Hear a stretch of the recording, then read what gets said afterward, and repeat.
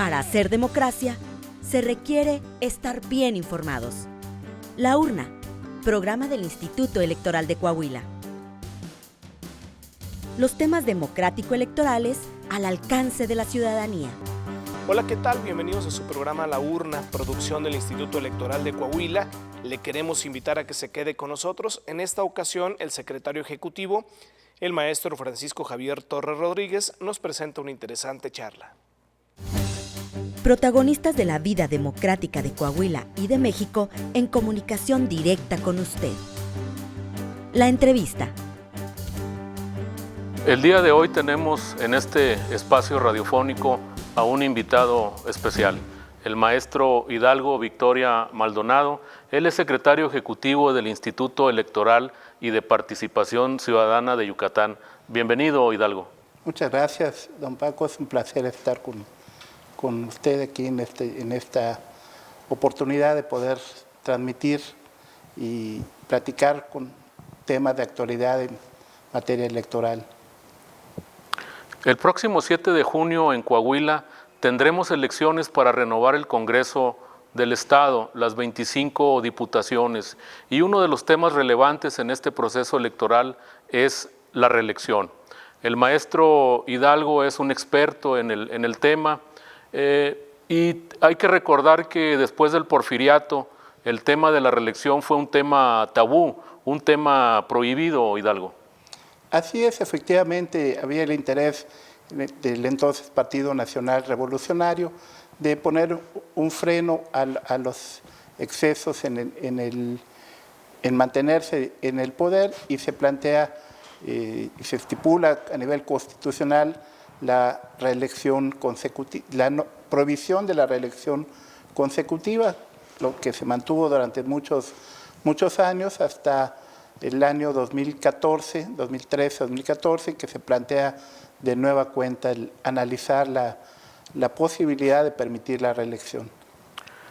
La reelección le da a la ciudadanía la posibilidad de premiar o de castigar a quienes han desempeñado el cargo, en este caso de diputados o de diputadas. ¿Cómo se valora esto? Efectivamente, ese es uno de los argumentos que se plantean a favor de permitir la reelección. Realmente sí es una herramienta para los ciudadanos. Sin embargo, considero que nos faltan instrumentos para que los ciudadanos tengan los elementos para poder evaluar, empezando porque primeramente conozcan quién es la autoridad, quién es el alcalde, quién es el diputado de su distrito, y luego saber cuál ha sido su desempeño en términos administrativos, en términos contables o en términos de iniciativas presentadas o aprobadas, si fuera el caso de los diputados, y que finalmente estén al alcance de los ciudadanos en un lenguaje muy claro, muy sencillo, y ellos puedan realmente evaluar a quien se postula, en este caso por segunda ocasión, pidiendo el voto popular. Así es. Y otro aspecto importante en lo de la reelección es el hecho de que muy pocas personas se dan cuenta, se enteran, están informadas de que el día de la jornada electoral algunas o algunos de los candidatos van por la reelección. ¿Cómo impacta este hecho en este proceso?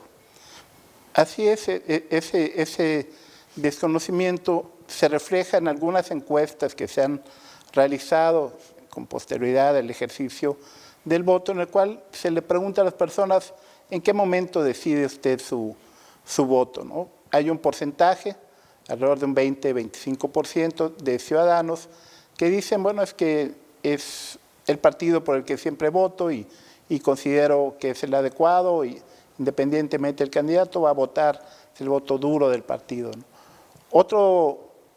Otro tanto de los ciudadanos, otro 15-20%, dice una vez que salen los candidatos. Entonces ya no es tanto en función del partido o de la tradición por votar por un partido, sino que sea el candidato que para el elector considera que es el apropiado. La parte más fuerte, ¿no?, en porcentaje, es la que decide una vez que se desarrollan las campañas, conoce cuáles son las propuestas y decide. Y finalmente hay cerca de un 15% que manifiesta que decidió por quién votar el propio día de la elección. Esto es prácticamente ya frente a la urna y ya no es tanto un ejercicio de evaluación, sino a lo mejor entran algunas otras consideraciones para que finalmente decida. Y en elecciones cerradas, competidas, como se da en la actualidad en forma muy común, pues ese 15% puede finalmente decidir hacia dónde va una elección o una reelección sin haber tenido el tiempo, la oportunidad o las herramientas para poder revisar si realmente quien se está postulando de nueva cuenta tienen los elementos para evaluarlo y decidir si fue adecuada su gestión como presidente municipal o como diputado, como legislador, y en base a eso ejercer su voto. Para aquella ciudadanía que quiere ejercer su voto desde un punto de vista objetivo, ¿qué le podríamos sugerir, recomendar? ¿Qué elementos tomar en cuenta para poder de alguna manera evaluar el desempeño de la diputada o el diputado que va por la reelección? Tenemos una herramienta a través de los elementos de transparencia, en el cual cada uno de los ayuntamientos o cada una de las autoridades tiene la obligación de poner al alcance de los electores cuál es, por ejemplo, el equipo de trabajo con el que se presenta, cuáles son los objetivos, las metas, los presupuestos que ha recibido, qué obras ha realizado o pretende realizar, y bueno, es un ejercicio que nos permite ir revisando. Otra parte también, otro elemento para evaluar, lo es el poder tener un registro de qué se promete durante las campañas y luego poder darle seguimiento para ver si se está cumpliendo lo que se prometió. Muchas veces, como electores, si nos preguntan 6 meses después de la elección, ¿te acuerdas qué te prometió el candidato a presidente municipal o la candidata? Pues muchas veces no lo recordamos, se nos va en la memoria, se nos pierde, y pues si no sabemos quién nos prometió, pues tampoco vamos a poder saber si lo está cumpliendo o no. Generalmente quienes son candidatos o vuelven a ser candidatos remarcan aquellas acciones con las cuales cumplieron con algunas de sus promesas, pero pues si nos involucramos un poquito más, usamos por ejemplo las herramientas tecnológicas para tener en los portales de las universidades o en los portales políticos pues algún registro de qué es lo que se está proponiendo en cada campaña y mantenerlo durante el periodo que va a ser autoridad, pues tendremos elementos ahí para poder evaluar. Otro elemento importante para poder evaluar, sobre todo en el caso de los alcaldes, son los resultados de sus cuentas, que ha definido la autoridad con respecto a las cuentas que presentan cada año y si han recibido algunas observaciones o sanciones con respecto a la cuenta pública. Se dice, Hidalgo, que un diputado o una diputada es muy productivo porque todos los días sube a la tribuna, habla, se expresa, que presenta muchas iniciativas. ¿Esto es un parámetro en realidad para evaluar la productividad de un diputado o una diputada? Bueno, pudiera ser un elemento, pero un elemento únicamente parcial. No es tanto quien habla más o quien presenta mayor número de iniciativas, sino complementar esa información con el dato de cuántas de esas iniciativas han sido dictaminadas y aprobadas y también cuál es el impacto que han tenido esas iniciativas. No es tanto una cuestión de número o de cantidad, sino una cuestión de calidad y de eficacia en la gestión. Particularmente el caso de los legisladores, si nos preguntamos, bueno, ¿a qué distrito pertenezco? ¿Quién es el diputado de mi distrito? Muchas veces como ciudadanos no lo sabemos. Es más factible conocer quién es el presidente municipal porque hay una relación más cotidiana y es de mayor contacto con el ciudadano. En el caso del legislador, pues primero saber quiénes son, qué han hecho, cómo, cuántas iniciativas, pero no solo cuántas, sino qué impacto han tenido esas iniciativas, si se han aprobado y si realmente son leyes que benefician a la colectividad.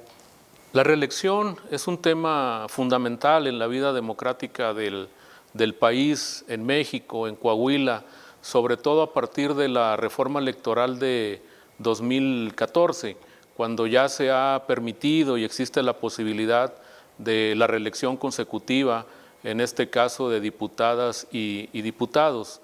Seguramente que en los próximos años será un tema que estará en el centro de la atención de académicos, de políticos y ojalá que de la ciudadanía, porque sabemos que entre mejor informada esté la ciudadanía, entre mejor tenga un contexto en que se desarrolla, en este caso el proceso electoral en Coahuila, pues seguramente que tendrá mejores elementos para emitir su sufragio, en el caso de Coahuila, el próximo día 7 de junio, donde se van a renovar las 25 diputaciones en el estado. Estamos en un diálogo abierto con el secretario ejecutivo del Instituto Electoral y de Participación Ciudadana de Yucatán, es el programa radiofónico La Urna del Instituto Electoral de Coahuila y les invitamos a que continúen con nosotros. Regresamos en un momento.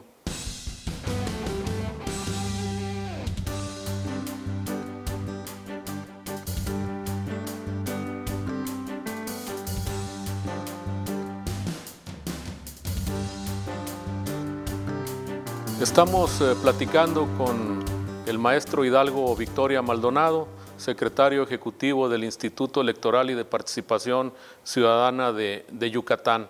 Estamos con el tema de la reelección. Algo que también es relevante en la reelección, Hidalgo, es el tema de que la reelección puede ayudar en la profesionalización de las y los diputados. ¿Es esto así? Ese es otro de los argumentos que manejan quienes están a favor de la reelección. Yo diría que es más un ideal, porque bueno, nos dicen, bueno, el hecho de ser muchos años alcalde o ser muchos años diputado no necesariamente trae profesionalización si no hay una evaluación de cómo ha sido cada uno de estos periodos y de qué forma ha mejorado. Una posible evaluación pudiera ser el hecho de las cuentas públicas que rinden, si las que rinden cada año han sido aprobadas en todos sus periodos. Otra posible evaluación que tiene que ver ya no estrictamente con el manejo del presupuesto, sino el acercamiento y la apertura que tiene con los electores, en el caso de los diputados, volver a sus distritos, esa función de gestión que también es propia de los legisladores. O sea, finalmente no se limita el hecho de presentar iniciativas que muchas veces pueden haber sido elaboradas o planteadas por el partido político o por la dirigencia de su partido y sea únicamente el portavoz de llevar a la Cámara, sino también la argumentación, la gestión, el consenso que pueda generar también en sus iniciativas y que finalmente herramientas de rendición en la cual podamos medir la rendición de cuentas y la transparencia de las autoridades o de los legisladores. Hoy en día, legalmente existe la posibilidad de que la diputada o el diputado pueda buscar la reelección sin separarse de su cargo, pero ¿cómo equilibrar el desempeño del cargo con la campaña electoral? Ese es un gran tema. En el caso de Yucatán, cuando se instaura la posibilidad de reelección, después de la reforma de 2014, se contemplaba una prohibición de que siguieran el cargo. Esto es, una vez que llegara el periodo de campaña, había una obligación de separarse del cargo. Hubo una acción de inconstitucionalidad que se resuelve en la Corte y que dice que esto era inconstitucional, toda vez que precisamente para que pudiera evaluar el ciudadano la actuación, pues tiene que estar desempeñando el cargo, ¿no? Y eso nos lleva a otro punto, que es cómo cuidamos la equidad en la contienda, porque quien está en el cargo finalmente tiene los recursos, tiene los reflectores, tiene la visibilidad de los actos de su gobierno, que no tiene quien está compitiendo en su contra, y que esto pudiera generar una inequidad. Entonces tiene que haber mucha pulcritud en el manejo de los recursos, tener muy claro lo que manda el artículo 134, evitar la promoción personalizada, el uso de los recursos públicos para que pudieran generar inequidad en la contienda, y ahí yo considero que nos falta avanzar un pasito más en términos de legislativos, en términos de cuidado del manejo, del uso y evitar el abuso de los recursos. ¿Cuál ha sido la experiencia de Yucatán en materia de reelección? He visto que hay casos muy interesantes en algunos municipios de Yucatán. Sí, cómo no. Y bueno, antes de entrar a cómo fue el resultado en Yucatán de la reelección en 2018, comentar que tenemos casos, y seguramente se repite en muchos otros estados, de municipios donde en 50 años o más, una sola familia ha gobernado el municipio. Esto es, iba el señor de la familia, presentaba como candidato, ganaba, al siguiente periodo ya no podía ir él porque estaba la prohibición de reelección, pero venía la esposa, o al siguiente venía el hijo o un sobrino, después volvía el papá y seguía la mamá, y así se han mantenido o se mantuvieron durante cerca de 50 años o más. Y en otro de estos municipios también, desde 1994, una sola familia también ha gobernado el municipio, salvo un trienio, un periodo de 3 años que no. Entonces, estas son cuestiones de hecho en las cuales finalmente, si bien está prohibida la reelección en términos legales, constitucionales, en la práctica había un monopolio del poder. Llegamos a 2014, viene la reforma constitucional, se permite ahora la reelección, y en la elección pasada de 2017-2018, por primera vez se presentan en Yucatán alcaldes, cerca de 17 alcaldes se presentan postulándose para repetir como candidatos. De estos 17, la mayoría, cerca de 13 o 14, obtienen la reelección, pero hay un dato ahí que nos llama la atención, que en todos los casos el porcentaje de gente que votó por ellos se fue reduciendo con respecto al primer porcentaje de cuando llegaron, ¿no? Y volvemos a la importancia de que el ciudadano pueda conocer, pueda evaluar, pueda realmente utilizar las herramientas en las cuales la reelección se sustenta, que es precisamente esa posibilidad de premiar o castigar, en su caso, a quien ha sido la autoridad, y pueda ejercer su voto consciente, un voto razonado, y que decida finalmente quien siempre va a tener la razón, que es el elector. Ya tenemos reelección en diputaciones, en ayuntamientos. ¿Qué falta para que haya reelección en la gubernatura y en la presidencia de la República?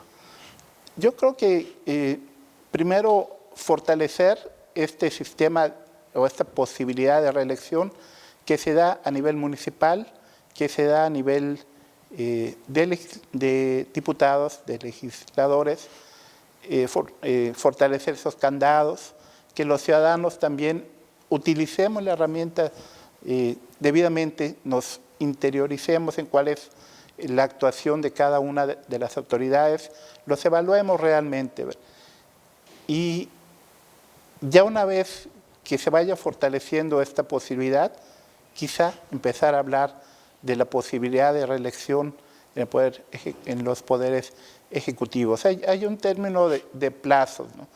Realmente para un alcalde estar 3 años son muy poco tiempo para planear, para ejecutar, para desarrollar una política pública en 3 años. El primer año está entrando, todavía están conociendo, al segundo pues ya pues está mucho más madura la administración municipal, y ya que le vamos aprendiendo para dónde es, llegamos al tercer año que ya tienen que irse, ¿no? En el caso de los gobernadores son 6 años. 6 años, pues sí es un buen periodo de tiempo para planear, para desarrollar políticas, para los proyectos puedan cristalizar en el periodo de gobernador. Pero si pensáramos que se pudiera reelegir y llegar a 12 años de un gobierno estatal, yo creo que ya sería demasiado tiempo en el cual, si ya al año 7 los electores dicen, pues ya no, como que no nos fue muy bien o no estamos muy contentos, pues de todas formas nos tenemos que quedar 12 años, ¿no? Tenemos un ejemplo muy claro en nuestro vecino del norte que posibilita la reelección en el Poder Ejecutivo, pero en periodos de 4 años. Y bueno, en 4 años se puede volver a evaluar y quien llega pudiera estar ya otros 4 años. Pero yo creo que antes de llegar a pensar en eso, fortalecer, acostumbrarnos a ese sistema de premio y castigo, pero para premiar o castigar a alguien tenemos que evaluarlo, tenemos que conocer qué tan bueno o malo ha sido, y ya una vez que tengamos esa práctica de evaluación, de interiorizarnos en la administración municipal, poder pensar en un paso más adelante. Agradecemos la presencia en este programa radiofónico de La Urna del Instituto Electoral de Coahuila al maestro Hidalgo Victoria Maldonado, secretario ejecutivo del Instituto Electoral y de Participación Ciudadana de Yucatán. Gracias, Hidalgo. Gracias, Paco, y desearles el mejor de los éxitos en este proceso electoral que están ustedes realizando y que para los demás institutos de los estados son un ejemplo, y seguramente los resultados se verán próximamente para los ciudadanos. Gracias. Invitar a la ciudadanía de Coahuila a que siga escuchando este programa.